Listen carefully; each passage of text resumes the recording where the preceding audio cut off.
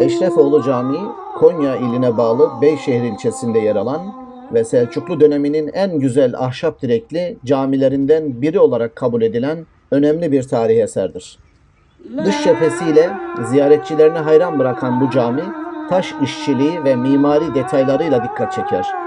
Cami dış duvarları kesmetaş ve tuğladan inşa edilmiştir. Caminin yanında yer alan minare, taş ve tuğlanın ustaca bir araya getirildiği bir yapı örneği olarak karşımıza çıkıyor. Caminin mihrabı, Anadolu Selçuklu döneminin mimari şaheserlerinden biri olarak karşımıza çıkar. Mihrap, caminin en önemli unsurlarından biridir ve zengin süslemeleriyle ziyaretçileri büyülemektedir. Eşrefoğlu Camii'nin mihrabı, geometrik ve bitkisel motiflerin zarif bir şekilde işlendiği çinilerle kaplıdır. Bu çiniler, Selçuklu sanatının ince detaylarını gözler önüne serer. Mihrabın üst kısmında yer alan mukarnaslar, derinlik hissi yaratarak mekana ayrı bir boyut katar. Ayrıca mihrabın çevresinde yer alan hat yazıları, dönemin İslam sanatının önemli bir parçasını oluşturur. Mihrabın bu estetik unsurları sadece görsel bir şölen sunmakla kalmaz, aynı zamanda ibadet edenlere manevi bir huzur da sağlar. Eşrefoğlu Camii'nin mihrabı, tarihi ve sanatsal değeriyle Beyşehir'de görülmesi gereken yerler arasında başı çeker. Bu eşsiz yapı, Selçuklu döneminin mimari zenginliğini günümüze taşıyan nadide örneklerden bir tanesidir.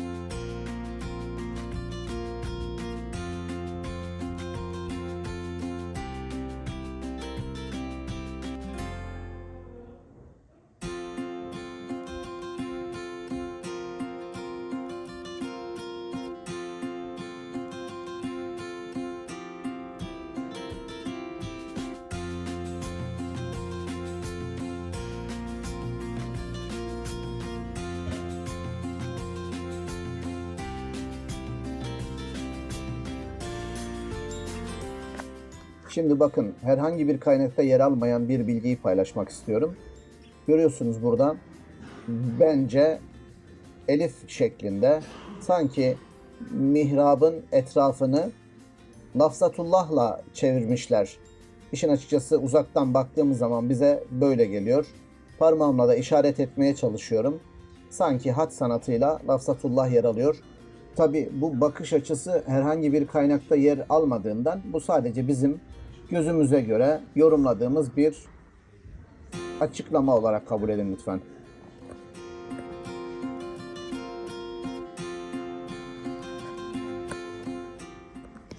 Mihrabın üzerindeki kubbesi ise bu eşsiz yapının dikkat çekici unsurlarından birisidir. Kubbeyi caminin merkezinde yükselen ana kubbe olarak tanımlayabiliriz. Bu kubbe ahşap malzemenin ustalıkla kullanılmasıyla inşa edilmiştir ve zamanın çok ötesinde bir teknikle yapılmıştır. Kubbede kullanılan geometrik desenler ve bitkisel motifler Selçuklu sanatının estetik anlayışını yansıtır. Ahşap kirişlerle desteklenen kubbe aynı zamanda yapının dayanıklılığını da artırır. Kubbeyi çevreleyen süslemeler hem görsel bir zenginlik katar hem de mekana derinlik etkisi verir. Bu süslemeler ahşap oymacılığın en ince örneklerini taşır ve dönemin zanaatkarlarının ustalığını da gözler önüne serer. Eşrefoğlu Camii'nin kubbesi sadece mimari açıdan değil, aynı zamanda kültürel ve tarihi açıdan da büyük öneme sahiptir. Ziyaretçiler bu kubbenin altında durarak yüzyıllar öncesine uzanan bir yolculuğa çıkabilir ve Selçuklu sanatının ince işçiliğini hayranlıkla izleyebilirler.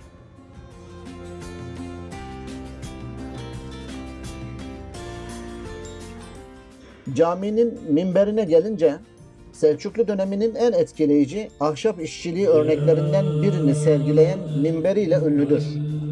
1299 yılında inşa edilen bu cami, yüzyıllarca mimari açıdan değil, dekoratif sanatlar açısından da dikkat çekicidir. Minber, geometrik desenlerle süslenmiş olup, ahşap işçiliğinin zirve noktasını temsil eder. Ahşap minber, kündekari tekniğiyle yapılmıştır. Bu teknik, ahşap parçalarının bir araya getirilip, çivisiz ve tutkalsız bir şekilde monte edilmesiyle oluşturulur. Minberde kullanılan motifler arasında yıldızlar, sekizgenler ve çeşitli bitkisel desenler de yer alır.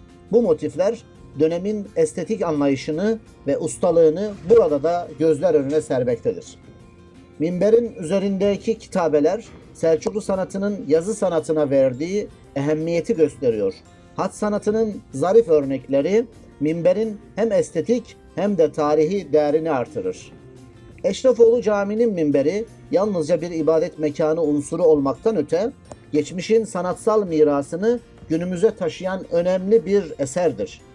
Bu yapıyı ziyaret edenler, Selçuklu ahşap işçiliğinin inceliklerini ve tarihsel derinliğini yakından deneyimlemeye fırsatına sahip olurlar. Minberde aynı zamanda oyma işçiliği yöntemiyle Arapça harflerle hat sanatına da yer verilmiştir. Biraz önce söylemiş olduğumuz gibi. Hem hat sanatı, hem uzay, hem yıldız, hem ay, ne yorumlarsanız. Sanki Bursa Ulu Camii'nde gezegen yapısının küçültülmüş bir örneğine yer verildiği gözlenebilir. Bakın şu anda müthiş bir işçilik, müthiş bir eseri görüyorsunuz. Her biri katlamasıyla, dizaynıyla, duruşuyla yüzyıllara meydan okuyan tarihi eseri gözler önüne sergiliyoruz. İşte hat sanatının yer aldığı bir minberi görüyorsunuz. Her bir detay kendine özel, her bir çalışma mimari zenginliği gözler önüne seriyor. İşte bir hat sanatı daha. Restorasyon çalışmalarında farklı olduğunu gördüğünüz renkler çalışma esnasında yenilenmiş bölümleri göstermektedir. Minberin ve mihrabın hem sağında hem solunda kıble tarafında bulunan pencerelerdeki ahşap işçiliği de ayrı bir güzellik sergileyecek. Şimdi minberin son aşamalarını, son detaylarını inceledikten sonra bu bölüme geçiyoruz inşallah.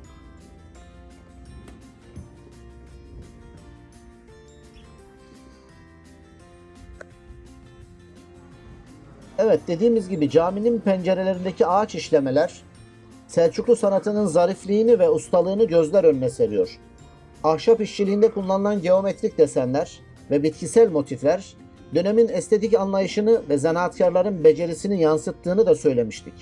Ahşap üzerine oyma tekniğiyle yapılan bu işlemler hem sanatsal hem de işlevsel bir amaca hizmet eder. Işığın içeriye daha yumuşak bir şekilde girmesini sağlar ve iç mekanın atmosferini zenginleştirir. Beyşehir Eşrefoğlu Camii, Selçuklu döneminin ahşap işçiliğinin en güzel örneklerinden biri olduğunu her defasında söylüyoruz. Caminin iç mekanı ahşap sütunlar ve tavan süslemeleriyle göz alıcı bir estetiğe sahiptir. Bu cami ahşap mimarisiyle dikkat çeker ve Anadolu'daki ahşap direkli camilerin en büyüğüdür. Caminin tavanı karmaşık geometrik desenlerle süslenmiştir. Bu desenler ahşabın doğal sıcak tonlarıyla birleşir ve mekana huzurlu bir atmosfer katar. Tavanın üzerinde el işçiliğinin zarif örnekleri olan oyma motifler, renkli süslemeler bulunur. Bu detaylar tarih boyunca camiyi ziyaret edenleri derinden etkilemiştir. İşte rengarenk bir sütun üzerindeki tavanı görüyorsunuz. Sütun başlıklarını görüyorsunuz. Ahşap sütunlar caminin en dikkat çekici unsurlarından biridir. Her biri farklı desenlerle işlenmiş bu sütunlar, mekana görsel bir zenginlik katar hem de yapısal destek sağlar. Sütunlar ahşabın doğal renginin yanı sıra zamanla oluşan patina ile benzersiz bir derinlik kazanmıştır. Bu sütunlar caminin tarihi atmosferine katkıda bulunarak ziyaretçilerine geçmişin izlerini hissettiriyor. Sonuç olarak Beyşehir Camii, Beyşehir Eşrefoğlu Camii tavanı ve ahşap sütunlarıyla zengin detayları ve doğal renkleriyle büyüleyici bir görsellik sunar. Bu mimari şaheser Selçuklu sanatının ve ahşap işçiliğinin zarafetini günümüze taşımaktadır.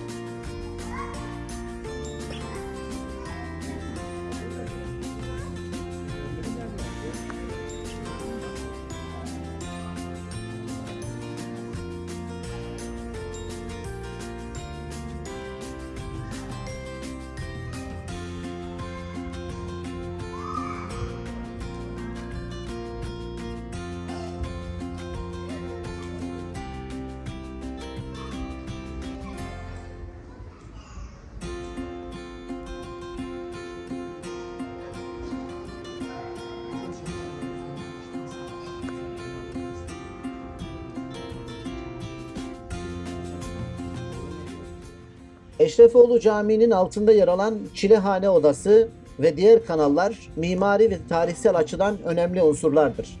İşte şu an Çilehane'nin bir alt katını görüyorsunuz.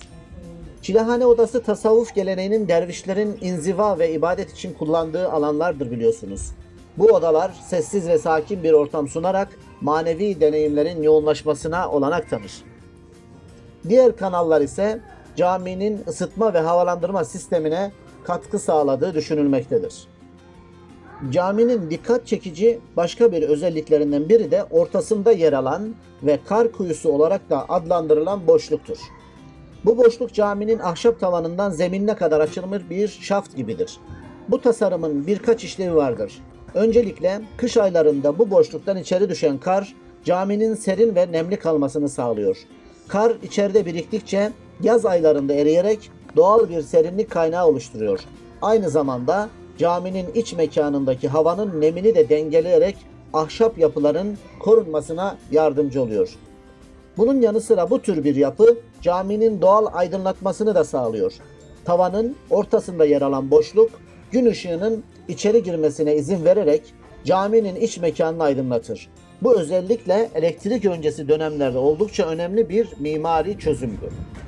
Ana kapının üzerinde bulunan kabartma taş işçiliği Selçuklu sanatının ince detaylarını gözler önüne serer. Portal, geometrik desenler ve bitkisel motiflerle süslenmiştir. Bu süslemeler dönemin sanat anlayışını ve ustalığını yansıtan birer şaheserdir. Saygıdeğer izleyicilerimiz, Beyşehir'deki bu muhteşem Eşrefoğlu Camii turumuzun sonuna geldik. Tarihin derin izlerini taşıyan bu caminin sadece bir ibadet yeri olmanın ötesinde kültürel ve mimari bir şaheser olduğunu hep birlikte görmüş olduk. Bir sonraki videomuzda görüşmek üzere. Hoşça kalın, Allah'a emanet olun.